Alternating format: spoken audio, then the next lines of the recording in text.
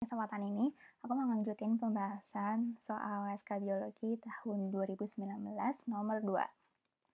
Jadi ini adalah soalnya. Diagram berikut menunjukkan mekanisme transport glukosa dari saluran pencernaan atau gut lumen melintasi sel epitel usus halus hingga mencapai cairan ekstraseluler.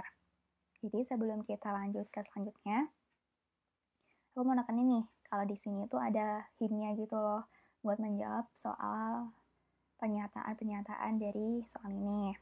Nah, di sini ada suatu panah yang menggambarkan gradien konsentrasi dari glukosa di antara gut lumen, sel usus, sama extracellular fluid.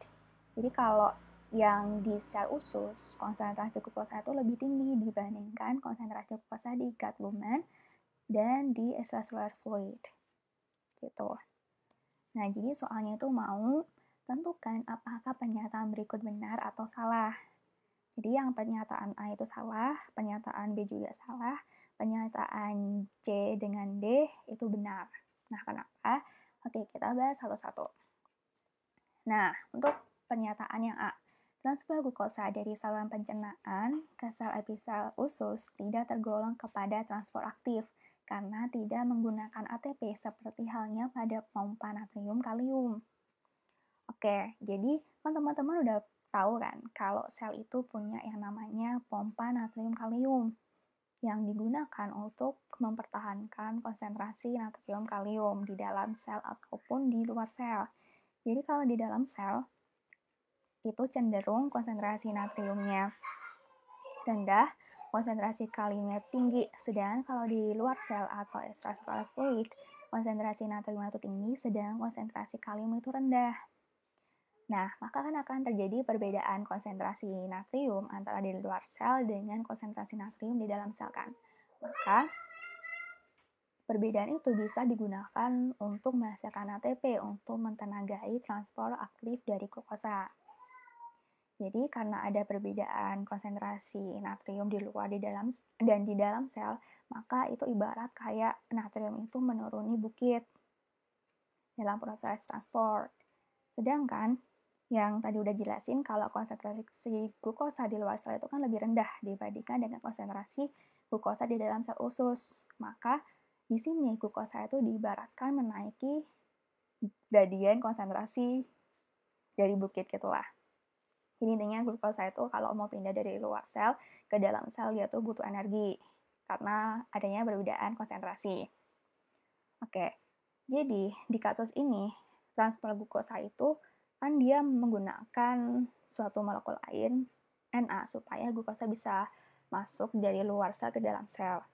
Nah, jenis transporter yang akan memfasilitasi pergerakan natrium dan glukosa ini disebut sebagai coupled transporters. Jadi, coupled transporters ini terdiri dari dua jenis, yaitu symport dan antiport. Nah, perbedaannya itu kayak dari segi perpindahannya aja sih, kayak arahnya gitu loh. Jadi di sini kan ada molekul yang warnanya merah sama kuning dan merah. Jadi kalau yang merah, yang kuning ini kita ibaratkan glukosa, sedangkan yang merah ini kita ibaratkan dengan Na. Jadi kan yang glukosa ini kan yang mau kita pindahin kan. Jadi antara glukosa dengan Na itu dia bergerak sama-sama bareng-bareng arahnya dari luar sel ke dalam sel. Maka disebut sebagai symport.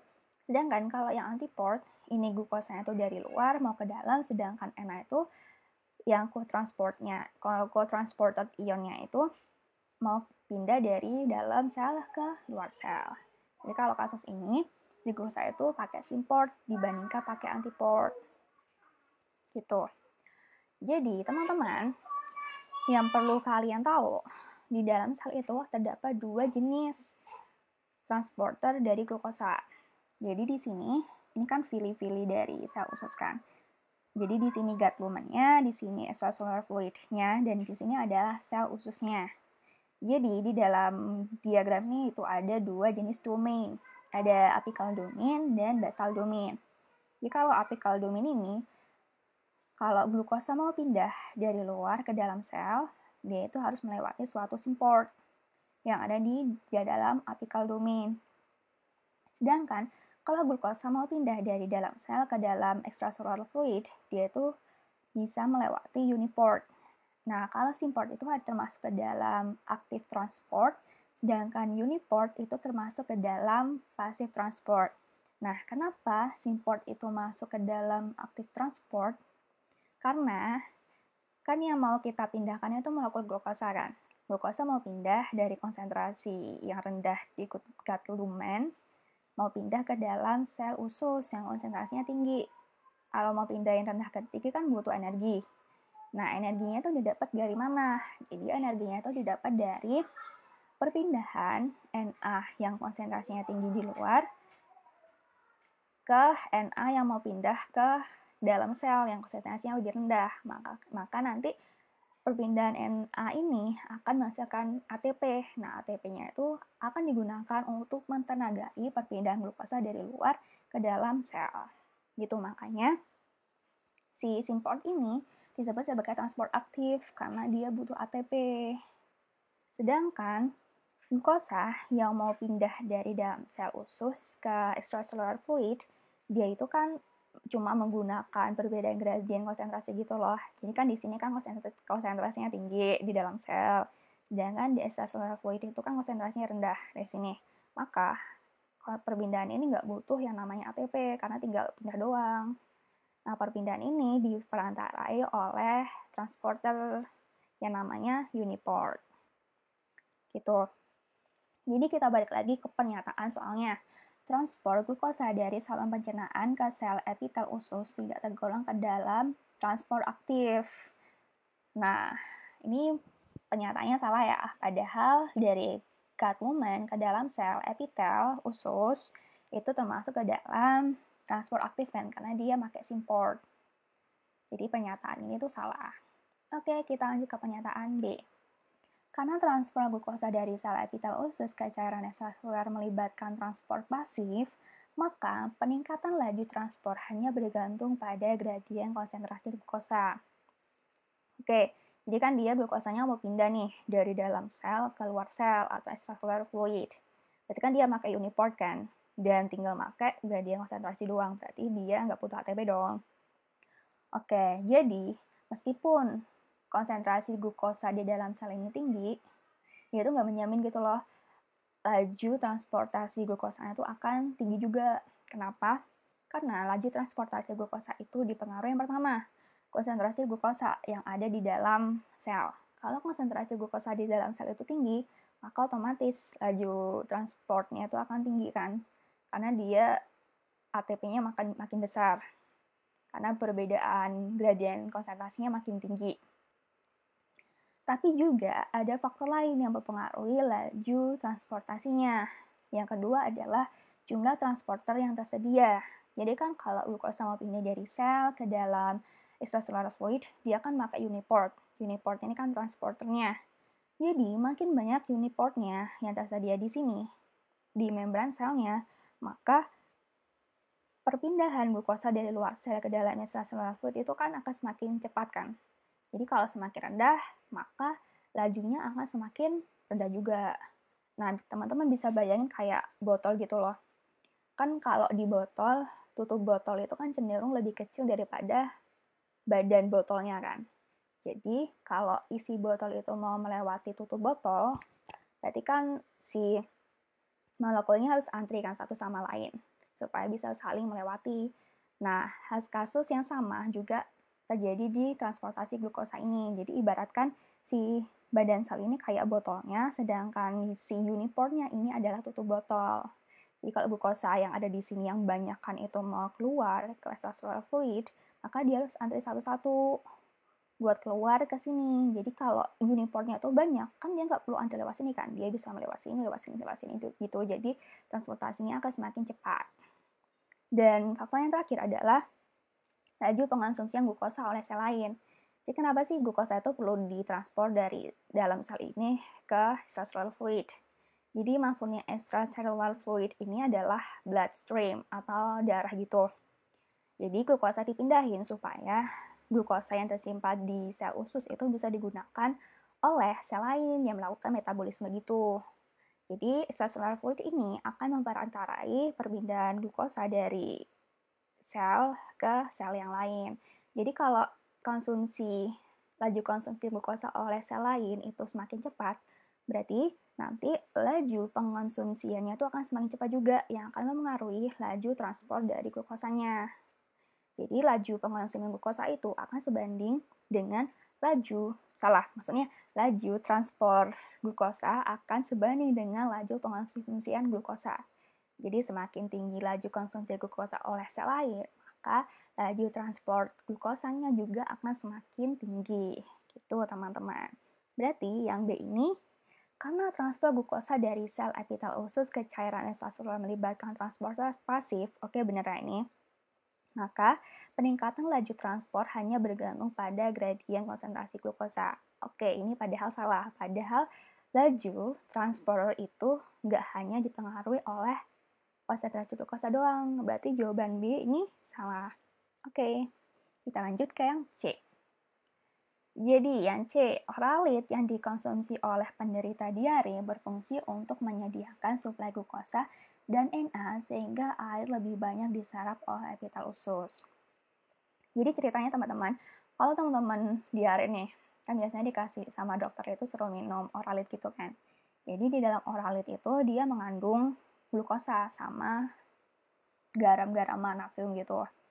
Jadi ketika kita mengkonsumsi oralit, maka akan terjadi peningkatan konsentrasi glukosa dan natrium di dalam sel usus.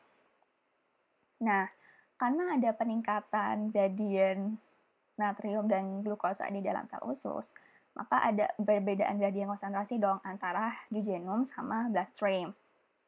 Maka kita bisa kayak, ini udah tau lah ya ini arahnya kemana, jadi bakalan ada suatu osmosis karena adanya perbedaan gradien konsentrasi. Nah ceritanya, ini kan basal domain. Di basal domain itu, antara yang memisahkan di membran plasma ini, yang memisahkan antara duodenum dengan bloodstream, itu ada suatu transporter yang namanya transporter SGLT1. Nah, fungsi transporter ini apa? Jadi fungsinya adalah memindahkan ion natrium dan glukosa dari duodenum ke dalam bloodstream. Jadi semakin banyak konsentrasi natrium dan glukosa yang ada di duodenum, maka semakin banyak juga konsentrasi natrium dan glukosa yang dipindahkan di bloodstream. Jadi, ketika natrium glukosa itu pindah, maka akan diikuti dengan perpindahan air melalui peristiwa osmosis. Jadi kalau semakin banyak natrium glukosa yang pindah ke dalam bloodstream, maka konsentrasi air yang ada di duodenum itu akan semakin rendah, yang akan pindah ke bloodstream. Jadi kalau konsentrasi airnya rendah, maka diare teman-teman juga akan sembuh karena diare itu kan ditandai dengan banyaknya cairan di dalam feses yang tidak diabsorpsi oleh usus. Gitu. Jadi pernyataan yang C ini, oralit yang dikonsumsi oleh penderita diare berfungsi untuk memindahkan suplai glukosa dan Na sehingga air lebih banyak diserap oleh epitel usus. Jadi jawaban yang C adalah benar. Oke. Kita lanjut ke yang D. Aliran darah pada kapiler usus akan menjaga kadar glukosa pada cairan ekstraseluler tetap rendah, sehingga transfer glukosa dari saluran pencernaan dapat terus berjalan. Oke, kita balik lagi ke gambar yang ini. Jadi kan seperti yang udah aku jelasin tadi, kalau glukosa itu ada dua jenis transporter. Ada yang dia pasif, ada yang aktif. Jadi kalau yang di apikal ini dia aktif, kalau yang di basal itu dia pasif karena pakai uniport. Jadi kalau glukosa mau dari sel mau ke ekstraseluler, itu dia pakai yang pasif. Jadi, kenapa sih kalau yang di sini itu kan dia mintanya kadar glukosa pada cairan seluler itu tetap rendah. Itu kenapa? Supaya memastikan kalau perpindahan glukosa dari sel ke dalam ekstraseluler fluid itu bisa tetap berjalan dengan pasif tanpa menggunakan ATP. Kalau konsentrasi glukosa di ekstraseluler fluid ini tinggi, berarti kan nggak bisa terjadi proses difusi kan? Bukan difusi, maksudnya osmosis. Karena ada perbedaan gradien konsentrasi gitu. Kalau di sini rendah, maka glukosa dari sel akan semakin mudah pindah dari sel ke ekstraseluler. Makanya di sini cuma ada Uniport. Nanti Uniportnya ini akan kayak jadi kontrolnya lah, pergerakan antara glukosa di dalam sel ke luar sel yang akan sebanding dengan laju pengonsumsian glukosa oleh sel-sel yang ada di sekitar bloodstream-nya. Jadi kalau